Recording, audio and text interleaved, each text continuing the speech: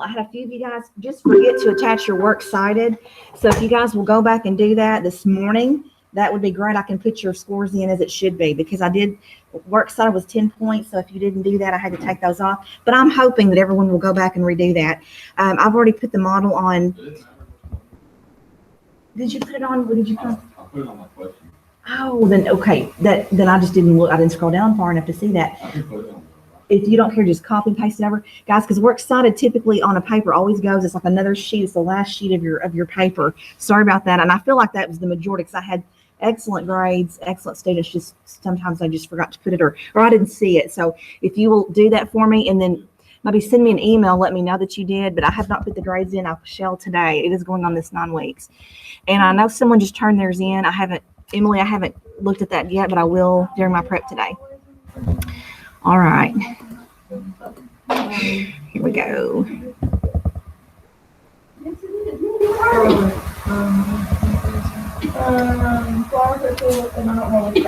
Okay, so Rachel is going to go first. Rachel, would you like to come up here and talk to the class? I don't care. Sure.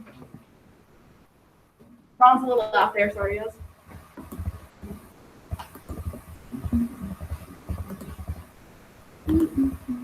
No, I'm too big. I know, it's just. Why you put my essay? I don't know. It's a habit. It's a habit. I don't know. It's a habit. That's usually what I have to look at the most. I don't Okay. really even need those, but I mean, Well, if you don't need them, here. matter. All right, here we go. All right, guys, so listening. Rachel's presenting. So we're Alrighty. listening to people as they present. I did a documentary. Okay, I did 2 documentaries over hoarders.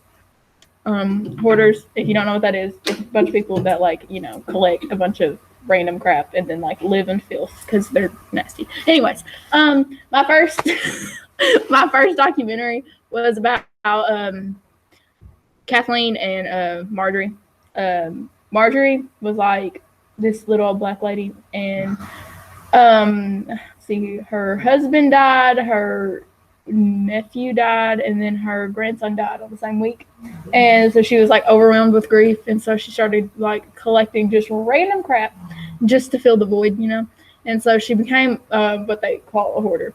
And they actually diagnosed her because her neighbor called it in on her because it was starting to flood her yard.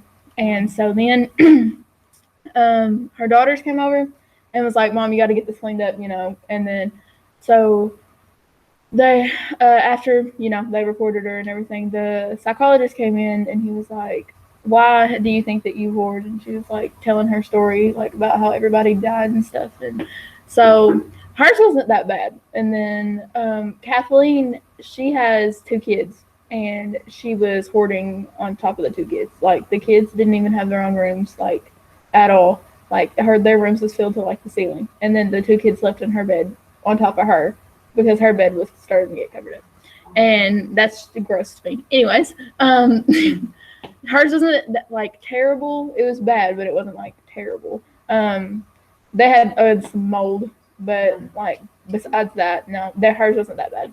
And then the other documentary I did was over Lisa and Vola, I think. Lisa was a little teacher, and she's all sweet and innocent. And then you go into her house, and then you're just open up the door and everything falls on you. And you couldn't even her bedroom was upstairs, but she'd have to crawl up the stairs instead of walk because she'd fall every time she even walked on the stairs because it was filled so much. And then her downstairs was full to the ceiling. So she couldn't even go downstairs. It was just crawl up the stairs or stand in the doorway. That's it. And so they finally reported her, and then her boyfriend came, and then they got everything cleaned up, and then her house is pretty neat now. But then Vola was disgusting. She had 42 cats, and they found 13 dead. Oh. And they had to in order to get her house cleaned up, there was cat poop everywhere. Her tub was filled with cat poop. She couldn't use she would take showers, which I think is nasty. What else? She just had poop everywhere. Okay. Mm-hmm. And so in order to get her house cleaned up, first they had to get all the cats out. Well, they found a bunch of dead cats, and then after they found a bunch of dead cats, she said that it wasn't her fault because she tried to blame it on her sons. And she was like, he took the TV off of my stand and put it in the ground so I couldn't reach over to the cats. And then her son was like, "It's not my fault. You couldn't walk through your own room, you know." And so she got real mad. And she was the lady that you can't even throw the stuff out of her house. You couldn't even throw it in the trash. It was like so contaminated and like full of poop. You had to like burn it, or it was gross. Anyways, you couldn't walk through her house at all. Anyways, you had like, it stunk so bad. They said that it smelled like sulfur and something. I don't know, but just that smell to me is nasty. And so it showed like little pictures, and like they would walk through the house and like they'd video what's on the ground. And when they started cleaning it up, they had to wear hazmat suits because it's gross. And then they had to get like, what is that thing called? Like a decontamination station outside her house because it was so contaminated. But so after they like got all the cats out, they found 42 cats overall, but then they found 13 dead. And just when they started cleaning, there was a cat that had a bunch of babies. So they found a bunch of babies, but like they were sick already, and they were just born, and they were hiding underneath the mattress. They were just born. It was bad. And so she started blaming everybody else for all the cats dying, and every one of them was sick. Like there wasn't not one cat that wasn't sick. So they all went to the vet, and then once they got like better, then she could have 2 back. That's it. And so they got her house like cleaned, like, but they didn't get it like, they got all the junk out, but they didn't actually clean it because it was like terrible. Like you couldn't even go to clean it. It was so bad. And so they put her into a nursing home, and then they like burned her house down, and then they rebuilt the house a little bit, and she got to move in, and now she has like 1 bedroom, a kitchen, and a living room, and a bathroom. That's it. Like she did have like 4 bedrooms and like but they burned her house down because it was so bad. She should have just started with it, just like everybody else. So taking everything out, just yeah, she kept yelling at everybody, and she was like, "You can't throw my stuff away. That's useful," or whatever. And the dude that was cleaning it, he was like, "You can't use this. How are you supposed to use it? Are you supposed to cook in cat poop?" And then she's like, I can use it. I can clean it." And he's like, "Your water doesn't even work." But yeah, she was arguing with him the whole time. It's a wonder that she was not just terribly sick. Yeah, she said her big thing was if she could survive in this house, then her cats could too. And so there was nothing wrong with her cats. I was like, and so basically they got all the cats out, and there was like carriers all down the road, and like they had cats in every one of the carriers, and there was a vet, and she was just walking down the road just checking one of them, every single one of them. And they had to get 3 trucks to be able to take the cats back to the vet. But they said that after they got everything like cleaned up, they burnt their house down and they rebuilt it just a little bitty shack basically. And she moved back in, and her kids were like, she was so rude to them and like blaming everything on them, and like was like, she was just so like violent towards them. And so her kids was like, "You're not living with me. I hate it for you, but you're not." They were like, "You're not junking up my house." And the psychologist kept trying to like talk to her, and she just kept refusing. Like you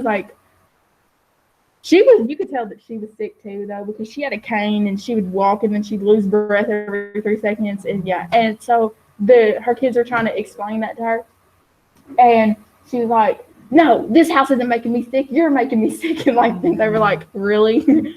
And so they argued with her for like, she was the worst one. Like it was gross. Her bathtub was like full of like dark water, and there was just like floating, and there was maggots everywhere. It was just nasty. But well, and so basically I wrote my paper over which one was more realistic to me. I wrote my paper over which one was more realistic, like, because I don't think like a hoarder would like turn out all happy-go-lucky, you know. Like I feel like It takes a lot. it take a lot of progress and like just to get them to like clean up. But the first documentary with Kathleen and Marjorie, they were like, they just cleaned up like it was no big deal. So I feel like they were like just like whatever, you know. They weren't really actual hoarders. But then Vola, the one with all the cats, she was something else. But There anyway, was no indication of the title or. no, it just said there's cat toys all over this person's home. and that was the title. And so I just put their names as the title because on YouTube that's where I got them off of. It didn't really have, it just said hoarders. There's cat toys all over Bullet Home, you know. And so I just put their names so I could indicate which one was which, you know. And the other one, it was just like, I think it was like, mom gets kid taken away unless she cleans house or something like that. And so that's just what I was like, okay, that's kind of cool. And so I just watched them. Interesting. And yeah, and then I like wrote about which one was more realistic because I don't feel like a hoarder would just be like, yeah, throw it away. Yeah, no, if it was that easy, there wouldn't have been a problem to begin with. Yeah. His family and friends would have been able to Yeah, persuade them. but Really interesting. I know it was odd, but did you kind of enjoy the yeah, idea? I like stuff like that. Like, Okay. you're lucky I didn't do my 600-pound life. Like, I really like watching stuff like that. I don't know, it's weird. I mean, see, I'm curious if that is happy. I hope it does. And again, some do, some don't on something like that. Yeah, I think it's, I don't know. We watch, like, it's a thing at my house. Like, that's what we do. We, like, watch My 600-Pound Life or, like, Hoarders, or we watch, like, Naked and Afraid. That's, like, our 3 go-to shows. So they're interesting. They're definitely interesting. Yeah. And it's, And my mom, she throws everything away. She's just like, no. She's one of those neat freaks. She's well, that's good. get it up. That's good. It's better to do that like that. I don't think it's going to be a problem. Okay, awesome. Rachel, thank you. Johnny, would you like to go next? Or do you want to stick with I feel like I would be with partners. Sure. Sitting, right? Can you say praise? What? Journey. I don't know if you would want to like, there's one of those pull up images of the life we're talking about. Sure. Like, I feel like y'all wouldn't really understand what I'm talking about Do you- unless I. Would you want to come and let me, if I clean my, You want me to do it while you talk? Yeah. Miss Reed, she, I can't. come on now. I'll be like, I'll be talking and then I'll be like, Rachel's DOLI. Yeah. Okay. It's DOLI. Can they see this? Yes, I can. Okay. DOLICH.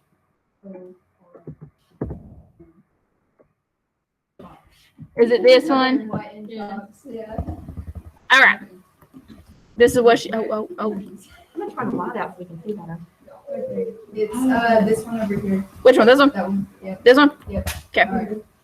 This big boy. All right. So my first documentary was called Sea Monsters. So I can't tell I really like dinosaurs. So I picked these documentaries. The first one was following the life of a female Dolly Corincox. They were, one of the quote-unquote monsters of the deep. They were carnivorous.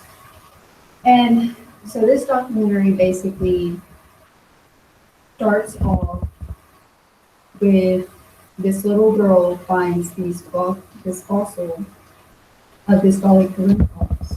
And so these paleontologists start like digging it up and they find like this shark tooth in the flipper of the Dolly. And then it goes into the birth of this female Dolly Corincox and her brother. And so it follows like their life, like what it would have been like in the sea. So there's things like ammonites, which are essentially like squid with these big long shells, and they were huge, and they followed the currents. You also had the big like Spixosaurus, which is this long-necked dinosaur, and they're pretty big. They're basically like the sauropods or long-necked dinosaurs of the sea. Then you also have the Tylosaurus, which was one of the bigger subspecies of the dinosaur.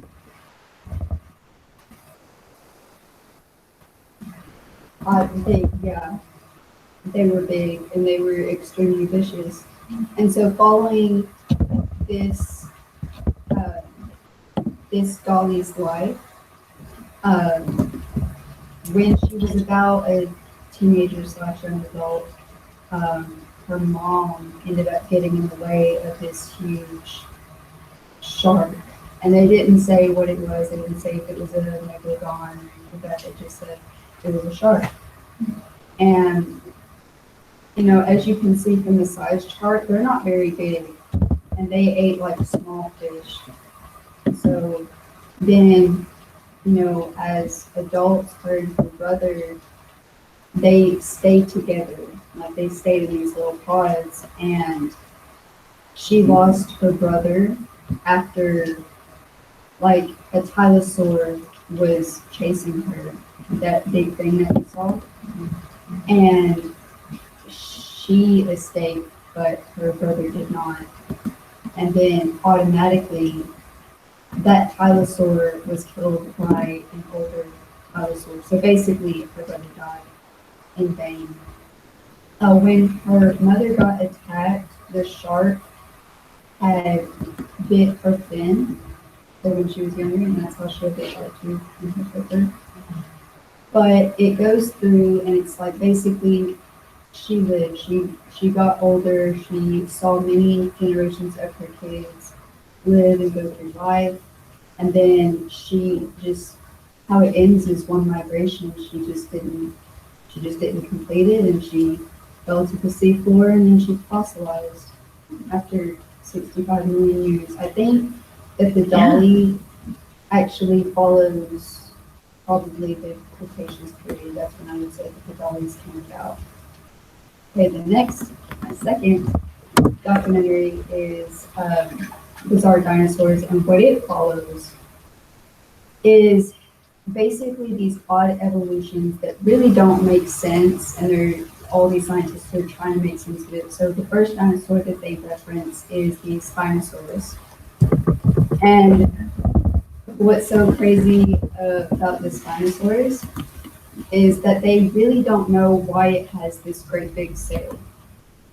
They assumed, basically what they said was that it would have been a great inconvenience. Like if there was any kind of wind, it would have been hard to stay standing up.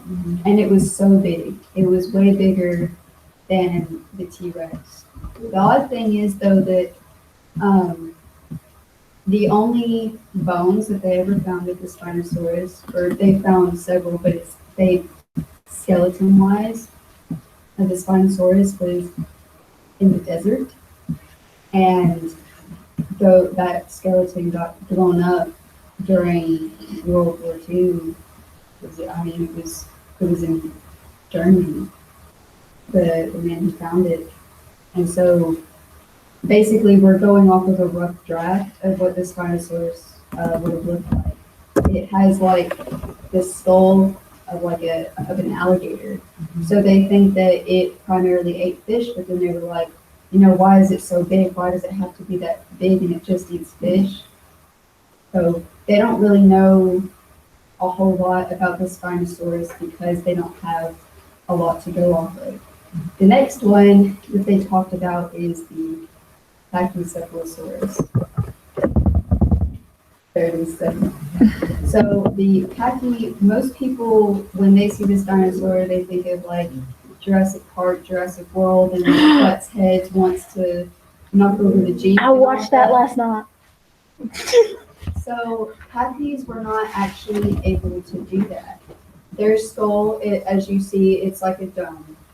And it's about 8 inches thick, but the inside of it is made of brittle material. So if it actually were to try to bust through the wall, it would knock itself out and quite possibly die. So the scientists were like, this was probably just for mating purposes. It was for looks, essentially. And most all of their evolutions apparently were made for that. And then when you look at, say the T-Rex, we all know it has small arms.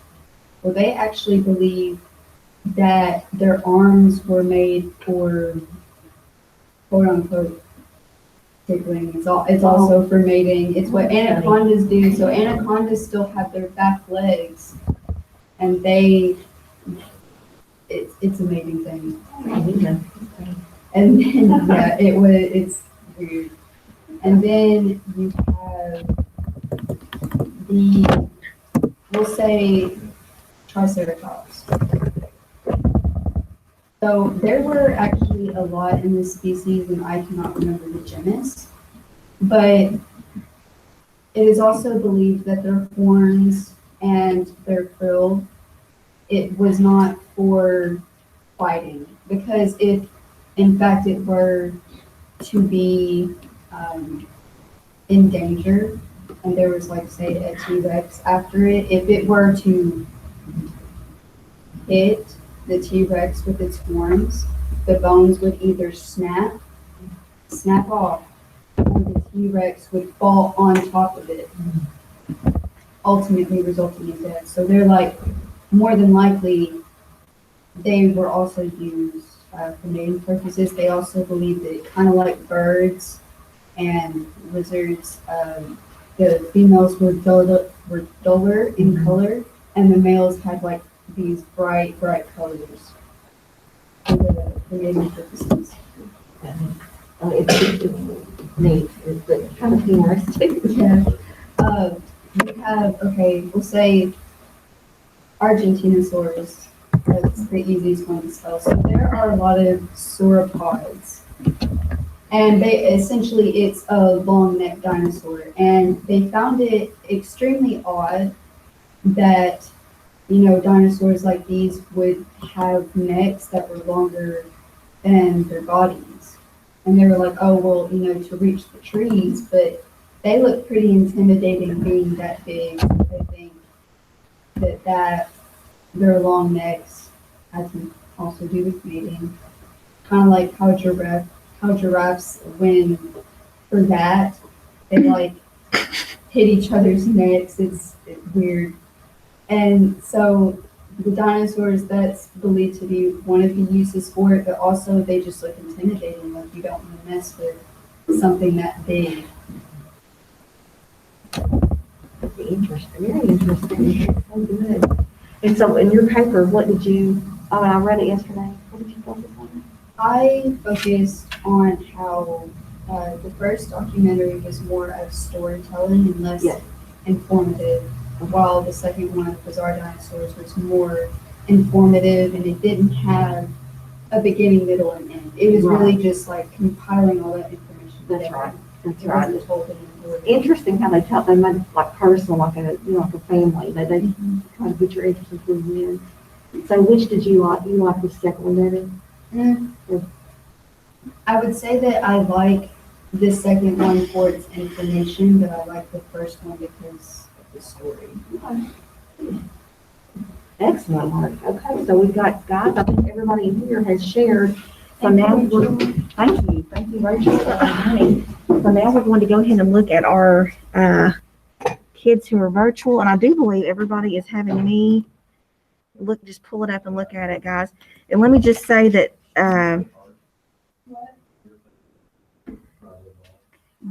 Caitlin May. I do, but I don't have. I'm broke. I can't.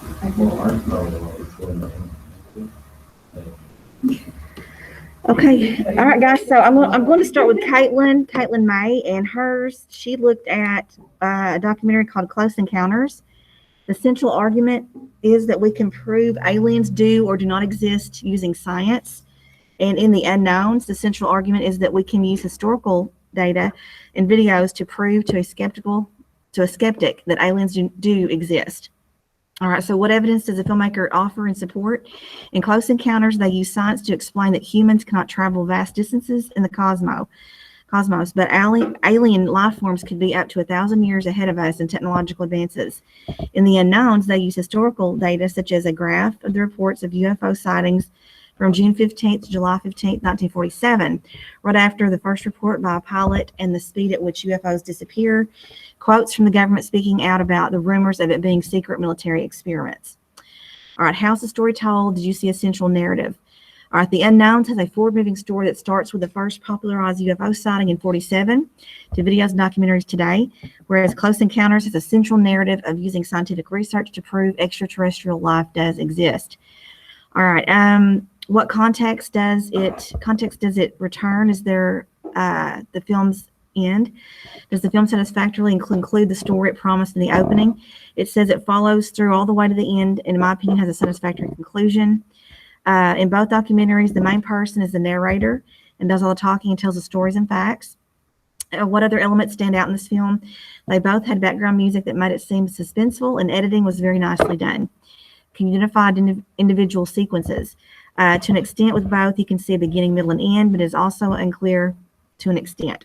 Do you see how the ordering of these sequences also advances the overall narrative?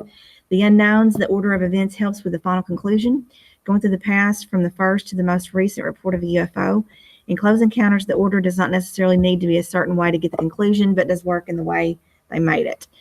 All right, does the pacing feel slow? Does it feel dense or just right? In Close Encounters, the pace is quite slow and feels dragged on, but has good information.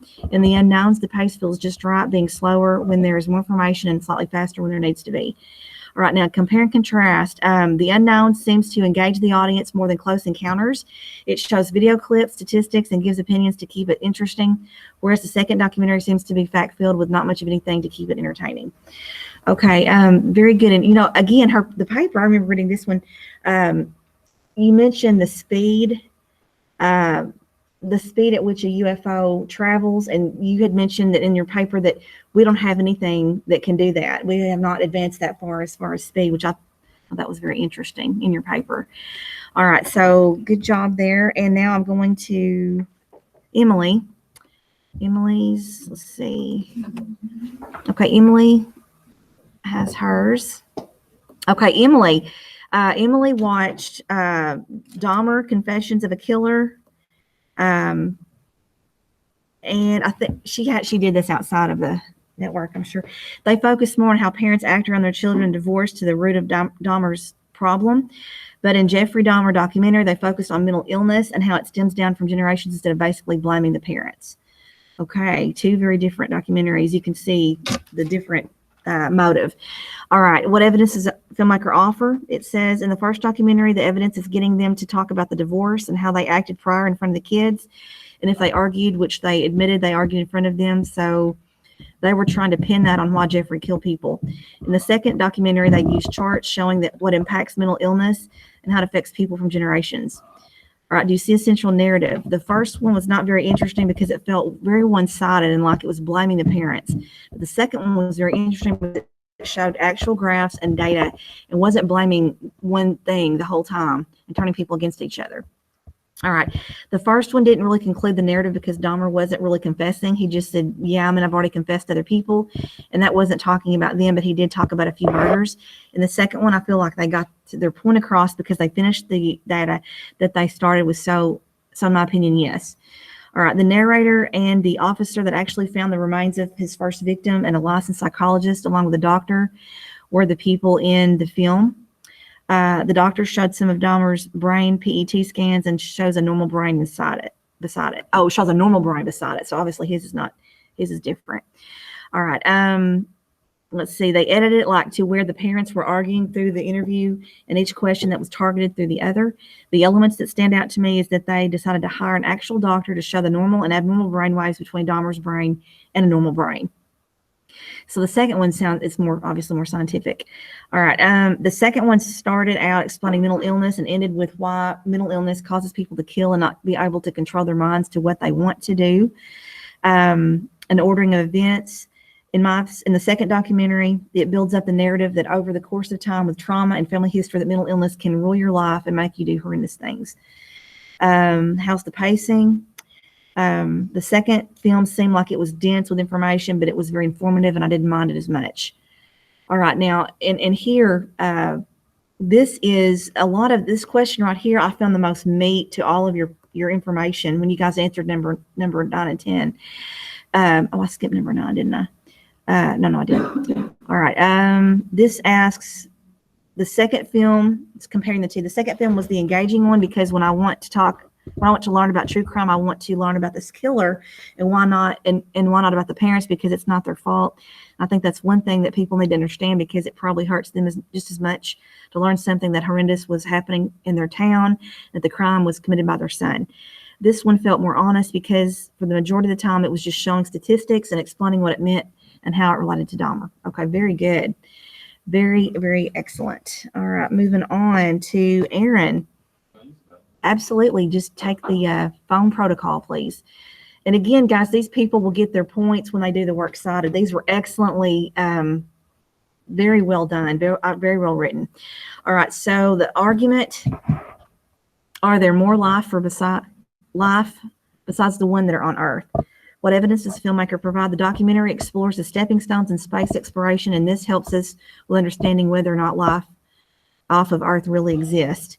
The documentary was very slow and pretty boring. It provided satisfactory information, but the way it was told made me disinterested. Does the film satisfactorily conclude? I would say that it does conclude, but since the documentary has a very open-ended topic, it's hard to tell if it's concluded. Very good answer.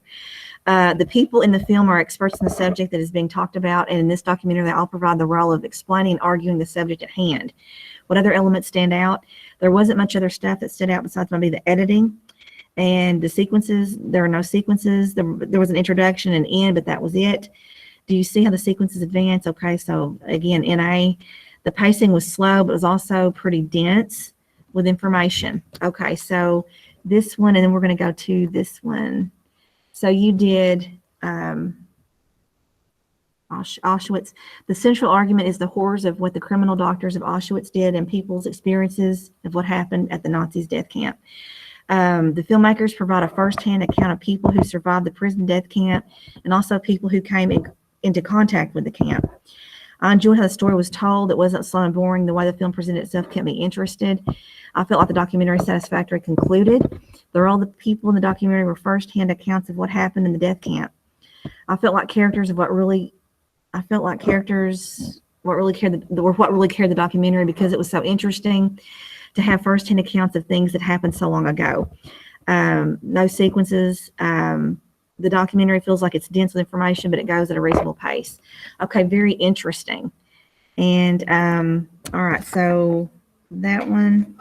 And then I'm going to go to Madison's. Madison.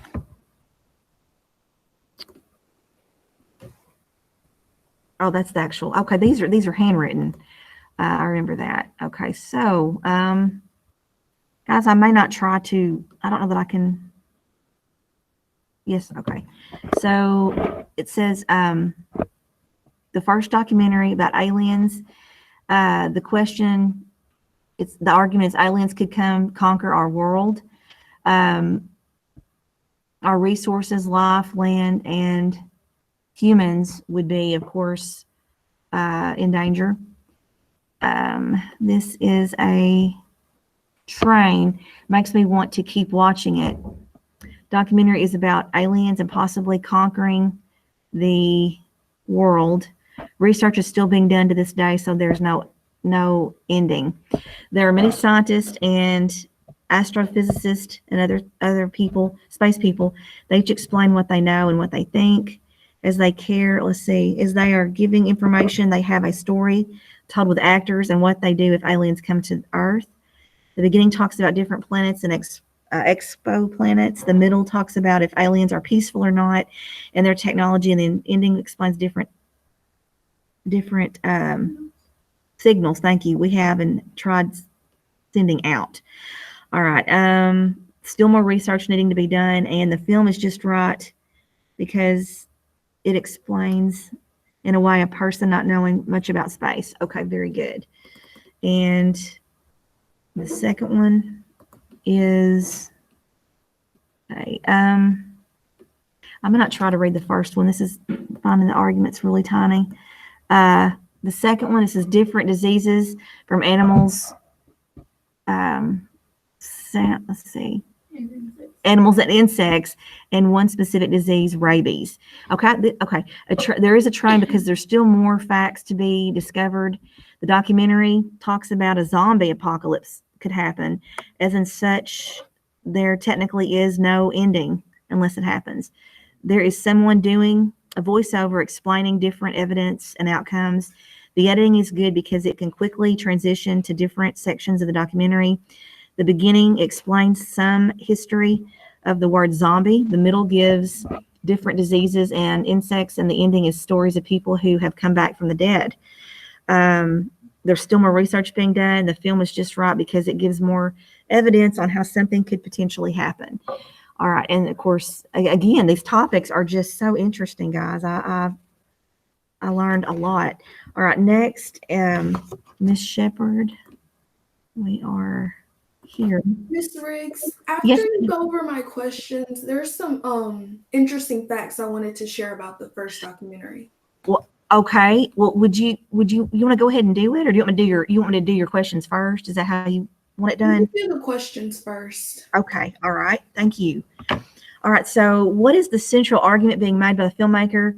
The central argument the filmmaker made was that dads are such a crucial and important part of the development of their children. The central idea the filmmaker made in the second one, because she has color coded her documentaries, was that our minds, emotions, and consciousness are what makes us who we are, Also, that we are constantly using our brains to make connections, and the more we use them, the more they grow. Very good. What evidence does the filmmaker offer in support of the argument? One piece of evidence to support the filmmaker's argument is an experiment where during an ultrasound, the doctor records the baby's heartbeat when it hears its mom's voice versus dad. When it heard its mom's voice, the baby's heartbeat was 136. When the baby heard its dad, it increased by 8 to 144. The other documentary, one piece of evidence to support the filmmaker's argument, is an experiment that was conducted using 2 rats, one in an environment with a standard cage and another in an environment with a playground. The rat with a playground made many more connections, reflecting and wiring of the brain than the rat in the standard cage. Okay, how is the story told? The first documentary is told as a central narrative. The central idea argument is the main focus of the story, and all the other elements in the story tie directly to it, and that's what keeps it interesting. The documentary is told as a central narrative. The documentary continues to focus on the central idea and continually moves forward in an order that's appropriate and makes sense. The context in this particular documentary, there isn't really a train or narrative spine. The filmmaker focuses on the central argument, and throughout the documentary, it continues to test, experiment, and prove the argument right. The documentary's ending was, in fact, satisfactory, concluding as promised in the opening. Similar to the first documentary, there isn't really a train or narrative spine. The documentary focuses on the main points mentioned in the beginning and then in chronological order. They are all answered and have evidence to back them up. All right, the people in the film are numerous different people and families throughout the documentary. They serve the purpose of being test subjects in the documentary, and without them, the documentary wouldn't be possible because you can't do a study about fathers and their relationship with their child without having anyone to test on. The second documentary, the only main person documentary, was the narrator. However, there were numerous people seen throughout the documentary, and in the background, there were also people that were involved in the research and experiments. All right, standing out other elements. The first one, the documentary that I found liked was how simple it was. The documentary was made in 2010. There were a lot of the high-tech, incredible quality gadgets used what we have today, but they still had good lighting, mostly natural, and really good quality shots. And when people were being filmed, the camera completely focuses on them and what they're doing. The second one, the lighting in the film had a bit of yellow tone to it, but overall, the quality was pretty good, and the editing and transitions were amazing. All right, sequences. In the first, though there's one central argument, the documentary is clearly broken down in different parts. Beginning, middle, and end are completely identifiable. And the second, yes, the beginning, middle, and end are totally identifiable. All right, does it advance the narrative? It does. If there was no ordering of the sequences, it would be a confusing mess, and you wouldn't be able to understand as much in the film. And yes, the second documentary, the ordering sequences are very important. They are, in fact, done correctly. Without it, the narrative would be confusing. The pacing was not slow. The film doesn't move too fast or too slow. It goes at a perfect pace in the middle. Also, the documentary is the opposite of dense with information. It is incredibly informative and gives you so many interesting facts that people probably wouldn't learn anywhere else. The second documentary, the pacing was the total opposite. If anything, the pacing may have been a bit too fast, but overall it worked and the documentary was still great. The first documentary, the narrator did a better job of keeping the viewers engaged and not just talking. The second documentary, the narrator would speak more quickly and didn't do as good a job of keeping the audience interested and engaged. Very, very well answered. All right, and you had some things you wanted to add on. Yes, so the first documentary was called The Biology of Dads, and I just wanted to share like some of the interesting studies and like facts they mentioned. Like they did a study where they did an ultrasound on the expectant mother. Yeah. And they measured the baby's heartbeat compared to when it heard the mom's voice and the dad's voice. And surprisingly, the heartbeat for the dad's voice was much stronger. Hmm. So that showed how much of a bond that the dad and the baby already has before they even meet. And it also said that dads, a lot of the expecting dads experience a lot of the same symptoms as their wives did when they were pregnant. Uh-huh.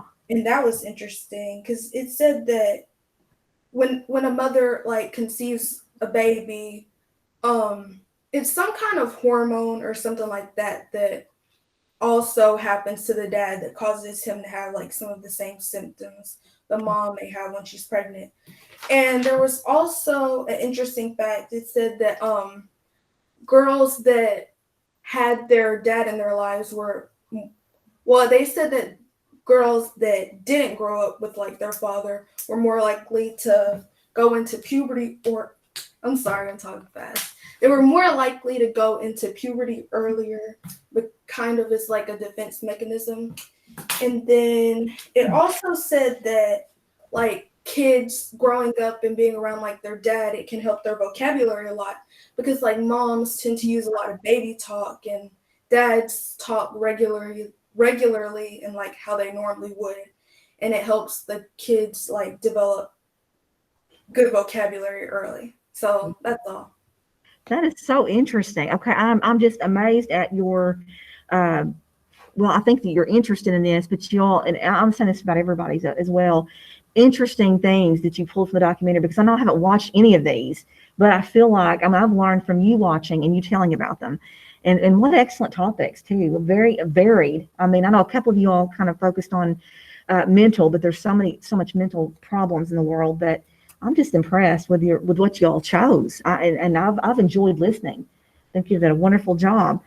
Thank you for sharing. You don't know, y'all wouldn't know unless you were here to know how nice it is to have have your voice. It's lovely. And I've said that before, but it really adds everything so much. So thank you so much.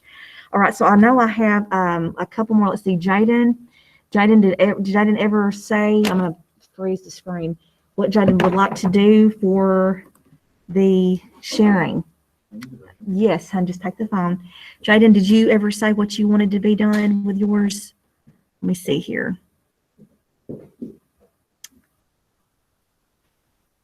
Okay, Jaden sent me an email.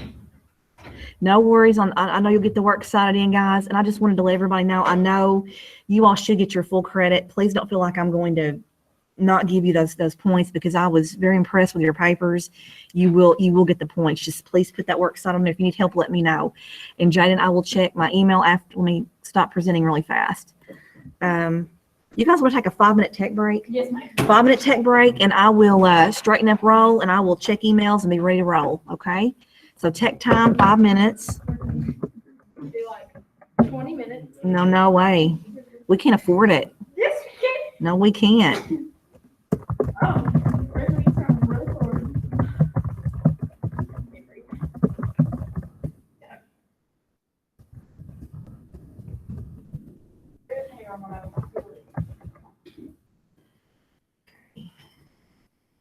Jaden, okay, I need to check Jaden and Irene.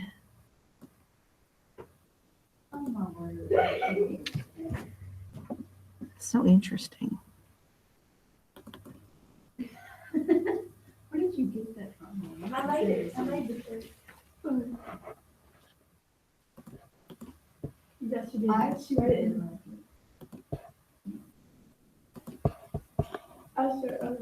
She started my heart. I was like, "Are you wearing your shirt?" And she was, "Yeah." And I was like, I was the one who did it.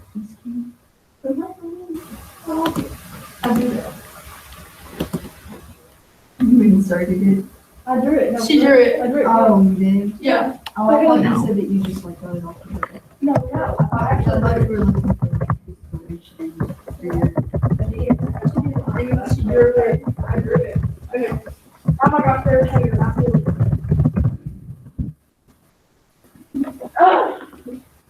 Jaden, I emailed you back. All right. Oh my gosh. So awesome. Wait, come here. Come here.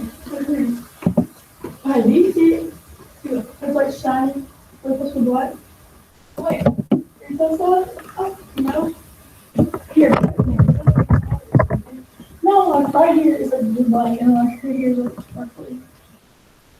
Irene, I'm sending you an email also right now.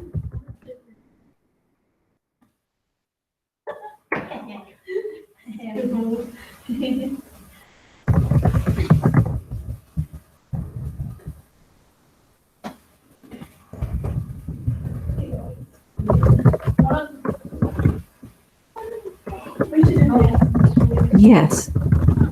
Yes. What are, we get the ultimate package and it has like the ring with it. Yes. How do they know what ring they want? Okay. You will have to, he'll work with you on Thursday. I'm pretty sure. Yes, cause he's gonna have all that there for the juniors too. And he'll work with you. You'll get to pick out. He even said that, when he was here that day, that the ones on the screen, and I think in the packet, didn't even show all they had. They had everything they were offering last year. So you should be able to get whatever you want. It should be exactly like you want it.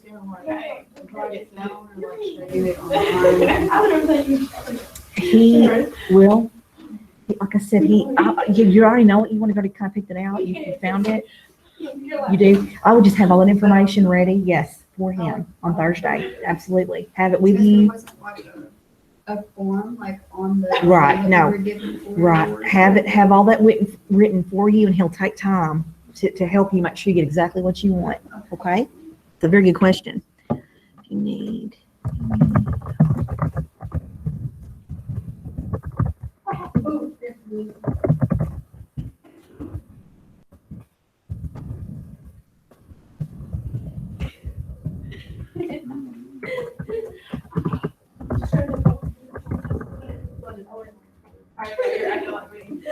Okay, Irene, I sent you an email also. Okay, you did.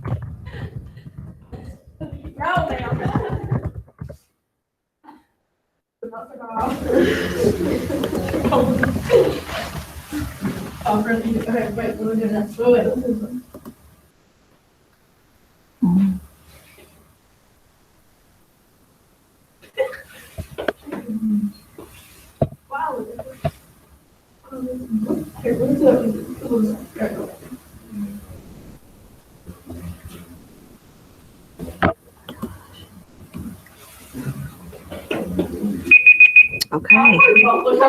That caught me off guard. I like to always catch it before it goes off. Okay, guys, so let's go ahead and regroup. And I'm gonna put my mask back on. All right, guys, so that'll be the end of our sharing today. That is going to be it. And again, as I said, I had all the grades posted on the board. Everyone's going to do their time writing, their works cited, and get that in. Everyone should have a really good grade because you did what I asked you to do. It's just a matter of, I guess, just dotting every I and crossing the T. So that's it.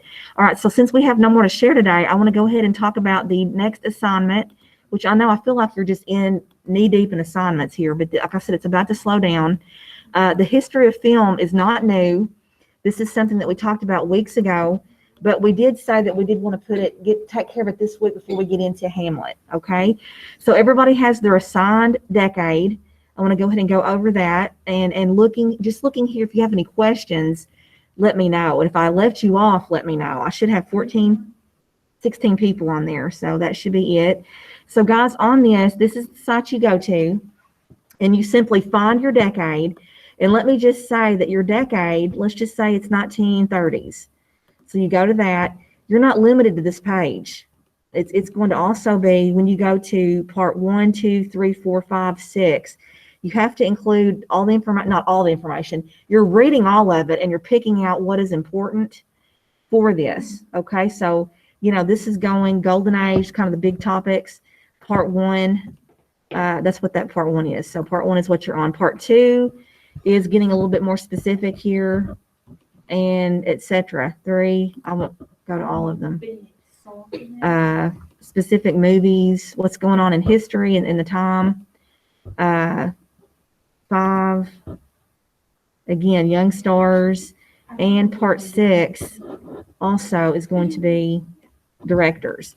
So looking at that, I've made one. I haven't chosen a decade because I didn't want to take anybody's things. So what it looks like is basically mine is, I think, 9 slides, including the source page. Yours can be longer, but I don't know how you can do it under 9. So we'll just say 9. This includes the title page. So decades assignment, please title yours something more interesting than this. So your title and your name would go here. All right, so guys, we're including who was in the film industry, actors, actresses, directors, cinematographers, musicians, any other people vital to your decade of film. So basically the who. The next is what movies are being made and what inventions to the film industry are happening. So guys, on this one, we're going to want specific films.